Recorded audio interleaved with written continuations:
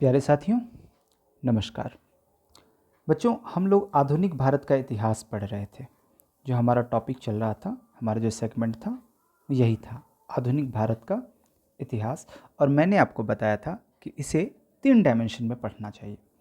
एक, यूरोपीय आए, और ये जो आए तो इसमें एक हैं ब्रिटिश, जो ईस्ट इंडिया कंपनी के नाम से ये भारत में आए और इन्होंने भारत में सत्ता संभाली। दूसरा कि इन्होंने जो सत्ता संभाली तो सत्ता को सुचारू रूप से चलाने के लिए इन लोगों ने किस तरह की नीतियां बनाई, ये पढ़ना था। और तीसरा डायमेंशन था कि इनकी नीतियों के प्रति हमारी प्रतिक्रिया क्या रही। तो इसमें हम लोगों ने बहुत डिटेल में पढ़ा। यूरोपीय कंपनियां आई, सत्ता को इस्टेब्लिश करने के लिए इन्होंने जो नीतियां अपनाई उसको हम लोगों ने उपनिवेशवाद के तहत पढ़ा।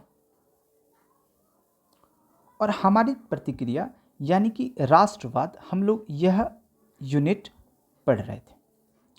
जब हम लोगों ने यह यूनिट स्टार्ट किया राष्ट्रवाद, तो मैंने सबसे पहले आपको राष्ट्रवाद क्या है यह समझाया था। फिर इसकी अभिव्यक्ति के दौरान, ये शुरुआती दौर में हमने इसको देखा तो हमने जनजातीय आंदोलन, समाज सुधार आंदोलन,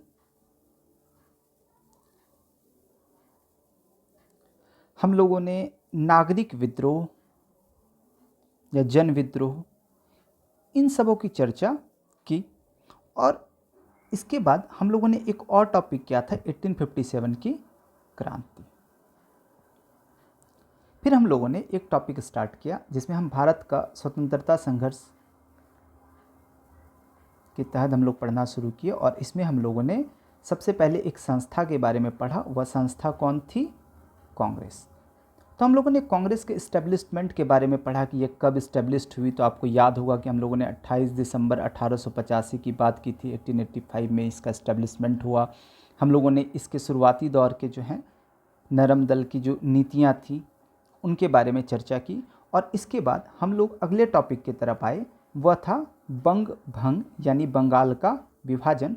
और बंगाल का विभाजन के थ्रू हम लोगों ने बहुत सारे टॉपिक्स को देखा। जैसे हम लोगों ने सबसे पहले बंगाल का विभाजन समझा। फिर इस बंगाल विभाजन के दौरान हम लोगों ने स्वदेशी आंदोलन को समझा। और यही जो स्वदेशी आंदोलन हम कर रहे थे, तो इस स्वदेशी आंदोलन के तहत हमने इसके पतन के कारणों की चर्चा की। और हमने आपको पतन के कारणों में एक कारण जो बताया था वह थी नेताओं की गिरफ्तारी।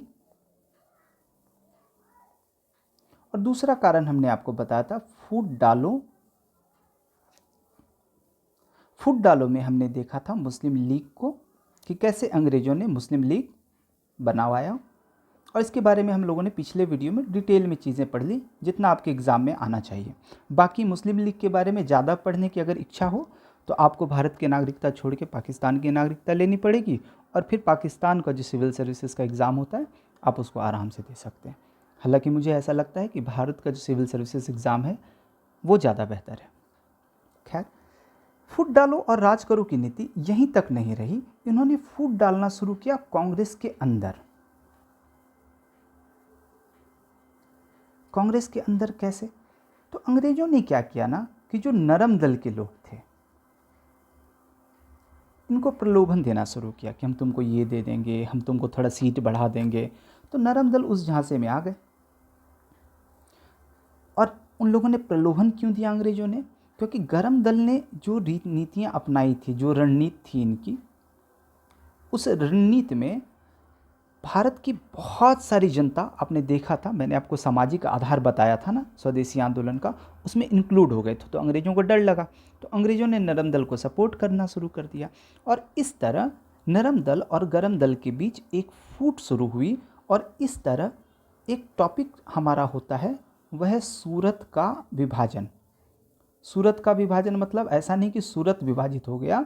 सूरत का विभाजन कहने का मतलब है कि कांग्रेस का विभाजन हुआ सूरत में।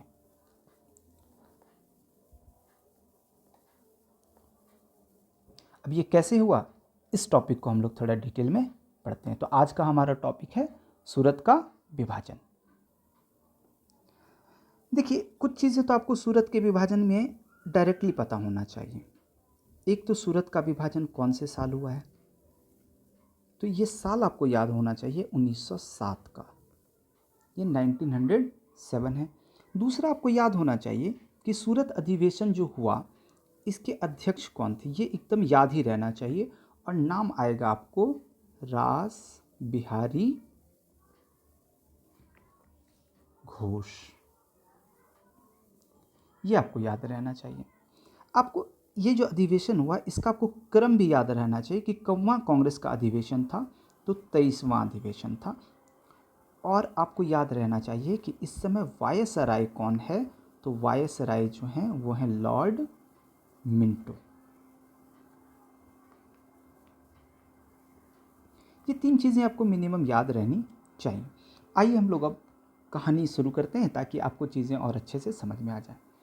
आप लोगों ने आपको एक बात याद होगी, हमने 1905 का अधिवेशन बताया था आपको, फिर हमने आपको 1906 का कांग्रेस का अधिवेशन बताया था,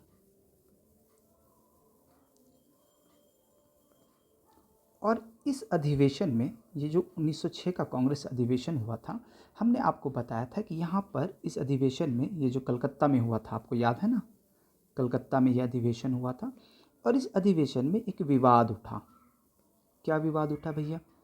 विवाद अध्यक्ष पद को लेकर के उठा कि अध्यक्ष कौन बनेगा।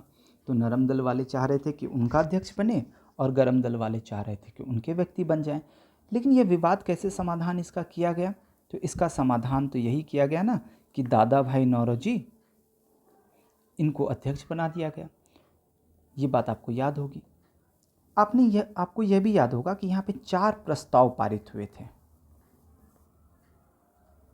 और एक चीज़ हुआ, इस अधिवेशन में यह निर्णय लिया गया कि अगला जो अधिवेशन होगा वह नागपुर में करेंगे। तो हुआ क्या? 1907 की बात है। ताप्ती नदी है जो गुजरात में सूरत से बहती है, इस जगह पर सूरत में अधिवेशन आयोजित किया गया। होना कहाँ चाहिए था? नागपुर में। हो कहाँ रहा है? सूरत में। तो पहला मुद्दा ये, 1907 में सूरत में यह अधिवेशन हुआ। यह जो सूरत का अधिवेशन है,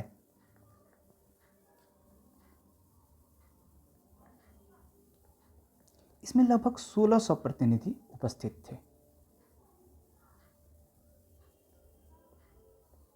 इस अधिवेशन में जो लोग थे, कुछ लोगों के बारे में आपको पता होना चाहिए। जैसे कुछ लोग थे जो नरम दल वाले थे, कुछ लोग थे जो गरम दल वाले थे। नरम दल वालों में एक नाम है फिरोज शाह मेहता।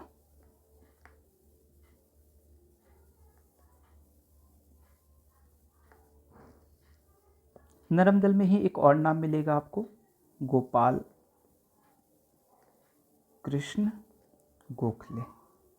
आप जानते हैं गोपाल कृष्ण गोखले गांधी जी के राजनीतिक गुरु रहे हैं।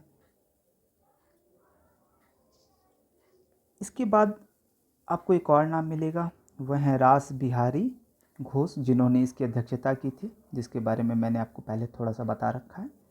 इसके अलावा एक और नाम मिलेगा आपको, सुरेंद्र नाथ बनर्जी।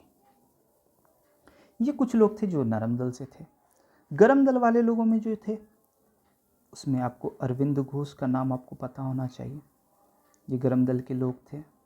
तिलक, लाला लाजपत राय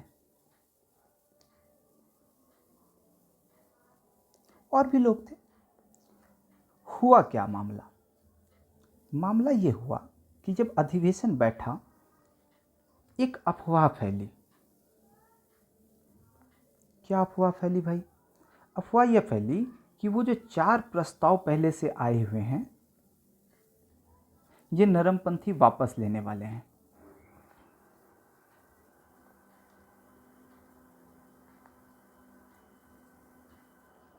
तो गरमपंथियों ने क्या किया? गरमपंथियों ने 3 दिन तक, अधिवेशन से शुरू होने से पहले 3 दिन तक सूरत में इन लोगों ने जनसभाएं की। और इन जनसभाओं में इन्होंने जो नरमपंथी थे इनकी ज़बरदस्त तरीके से इन्होंने खिल्ली उड़ाई। खिल्ली तो समझते हैं आप, मजाक उड़ाना, खिल्ली उड़ाना, ये सारी चीज़ें हो रही हैं और इसी बैकग्राउंड में अधिवेशन शुरू होता है। जब ये अधिवेशन शुरू हुआ तो माहौल कैसा हो गया? माहौल कैसा रहेगा आप खुद सोचिए। शांत तो होगा नहीं, माहौल गर्म रहा।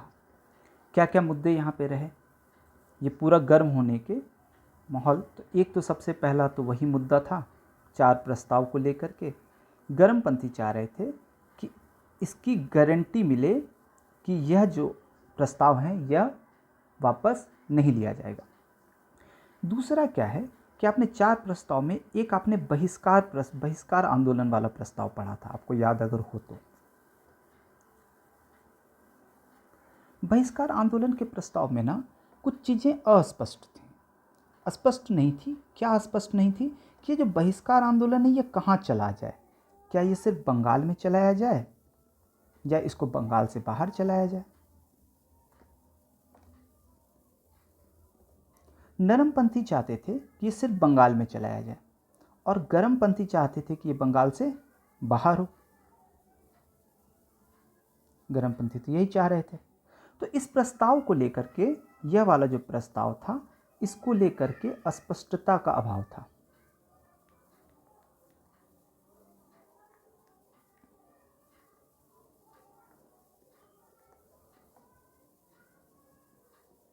दो मुद्दे आपने समझ लिए। तीसरा एक और मुद्दा था, वह था अध्यक्ष के पद को लेकर के। अध्यक्ष के पद को क्या है? देखिए, प्रस्तावित जो था वो नागपुर में था और नागपुर में गर्मपंथियों की संख्या ज़्यादा थी। तो अगर नागपुर में अधिवेशन होता तो इस बात की गारंटी थी कि अध्यक्ष कौन बनते? नरमपंथी, है ना। लेकिन अधिवेशन हुआ कहाँ? सूरत में। तो सूरत में जो होना शुरू हुआ तो सूरत में यह मामला आया कि अध्यक्ष किसको बनाया जाए। नरमपंथी चाहते थे कि भाई हमारे दल से हो। गर्मपंथी क्या चाहते थे? गर्मपंथी चाहते थे कि अध्यक्ष किसको बनाया जाए? तिलक साहब को बनाया जाए। तो ऐसा तो हुआ नहीं। नहीं हुआ तो बस सूरत में क्या हुआ? सूरत में जैसे अधिवेशन शुरू हुआ, हंगामा शुरू हो गया। अब इस हंगामे में क्या हुआ? लोगों ने एक दूसरे पर कुर्सियां फेंकनी शुरू कर दी, लोगों ने जूते फेंक दिए मंच पर। और जान के आपको आश्चर्य होगा, वहाँ फिरोज शाह मेहता बैठे हुए थे, सुरेंद्रनाथ बनर्जी बैठे हुए थे, उनको लग गए जूते। अब ऐसे पुराने लोग इनको अगर जूता लग जाए तो आप सोचिए कि वो कितने खेद की बात है और वो अंदर से कैसा महसूस कर रहे होंगे। मारपीट शुरू कर दिया इन लोगों ने आपस में ही। अब जब इतना मामला हो गया तो ऐसे में पुलिस को बुलाना पड़ा। अब पुलिस ने आकर के जहाँ पर ये अधिवेशन हो रहा था उस पूरे हॉल को खाली करवाया।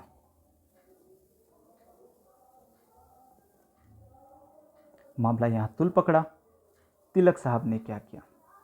तिलक साहब ने चिट्ठी लिखी और चिट्ठी लिख के खेद व्यक्त किया। लेकिन दूसरे तरफ जो फिरोज शाह मेहता थे, बूढ़े बुजुर्ग थे, ये अड़ गए पूरा। और जब अड़ गए तो कांग्रेस का विभाजन हो गया।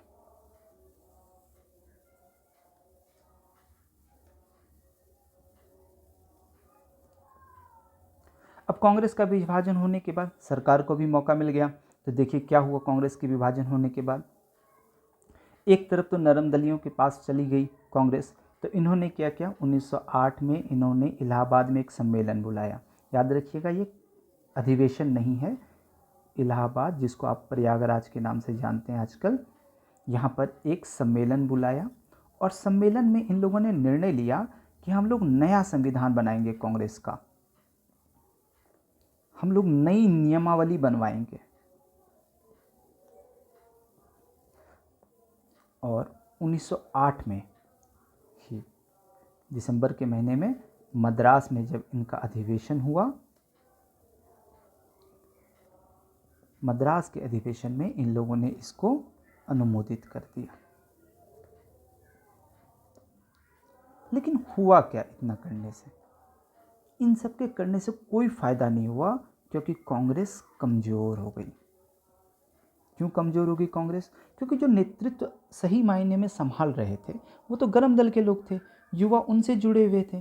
तो इन नरम पंथियों के साथ तो युवा जुड़े नहीं, और इनके जो नेता थे ये फुल टाइम नेता थे नहीं, ये अपने काम में व्यस्त हो गए।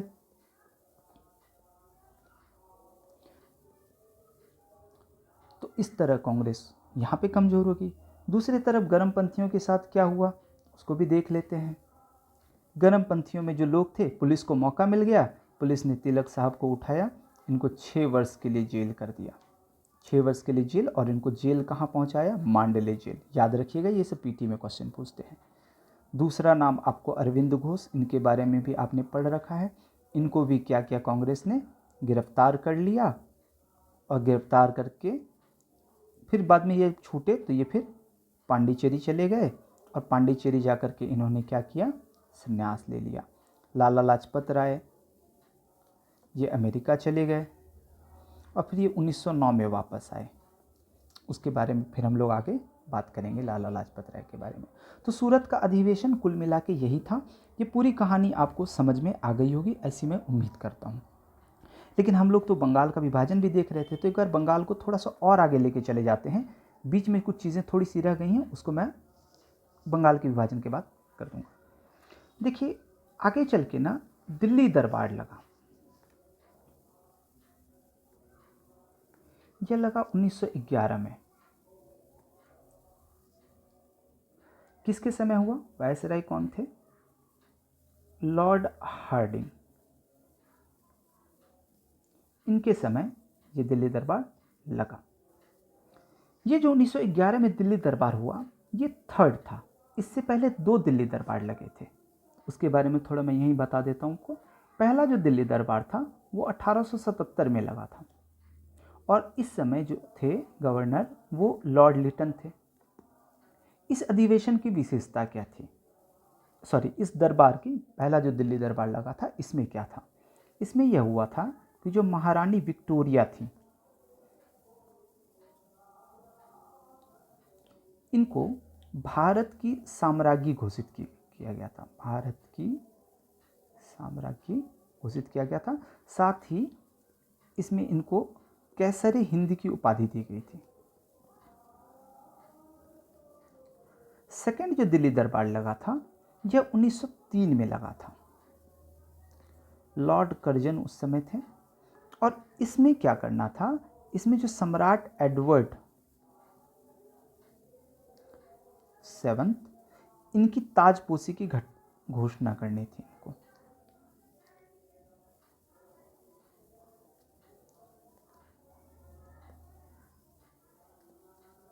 तो ये आपने पहला और दूसरा, हालांकि मैंने पहले भी चर्चा किया है, लेकिन मैंने आपको यहाँ पे थोड़ा रिवाइज करा दिया।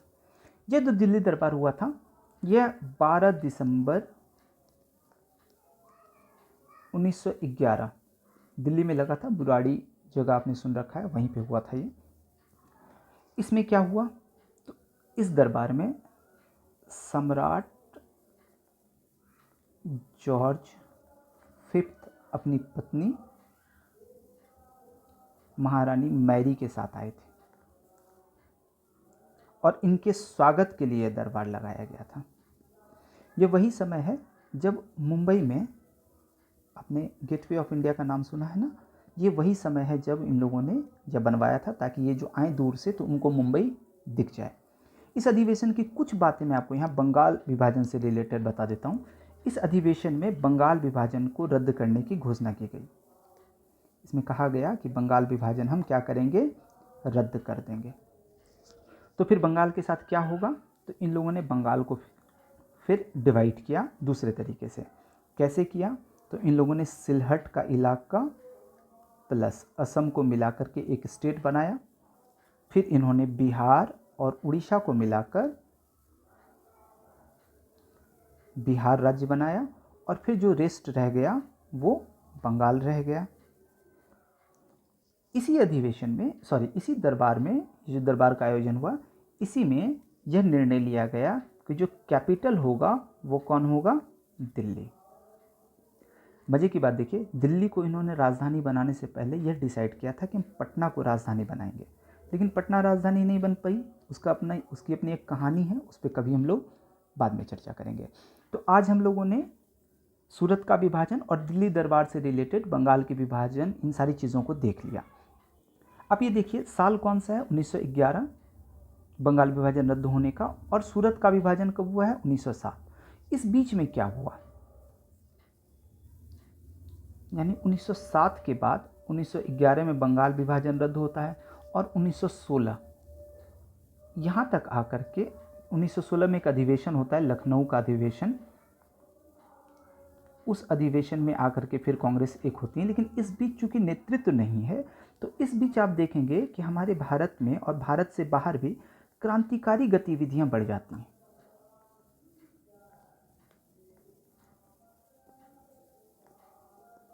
और ये जो क्रांतिकारी गतिविधियां बढ़ती हैं, ये भारत में भी बढ़ती हैं और भारत से बाहर भी बढ़ती हैं। तो भारत के अंदर जैसे बंगाल में क्या हुआ, बम्बई वाले प्रांत में क्या हुआ, है ना, इन सब चीज़ों पे हम डिस्कस करेंगे। दूसरी तरफ जो भारत से बाहर की बात मैं कर रहा हूँ, तो यहीं पे हम लोग गदर आंदोलन की चर्चा करेंगे, और ना सिर्फ गदर आंदोलन की चर्चा करेंगे, इसके अलावा भी कुछ चीज़ें हैं, उनके बारे में भी हम लोग यहाँ पर डिस्कस करेंगे। तो क्रांतिकारी गतिविधियाँ हमारा अगला टॉपिक है, यानी क्रांतिकारी गतिविधियाँ, और क्रांतिकारी गतिविधियों का क्या, प्रथम चरण। अगले वीडियो में हम लोग इस पर चर्चा करेंगे। उम्मीद करता हूँ कि आपको चीज़ें समझ में आई होंगी। अगर आपको समझ में नहीं आई होंगी तो आप प्लीज़ मुझसे कांटेक्ट कर लीजिएगा। बहुत बहुत धन्यवाद।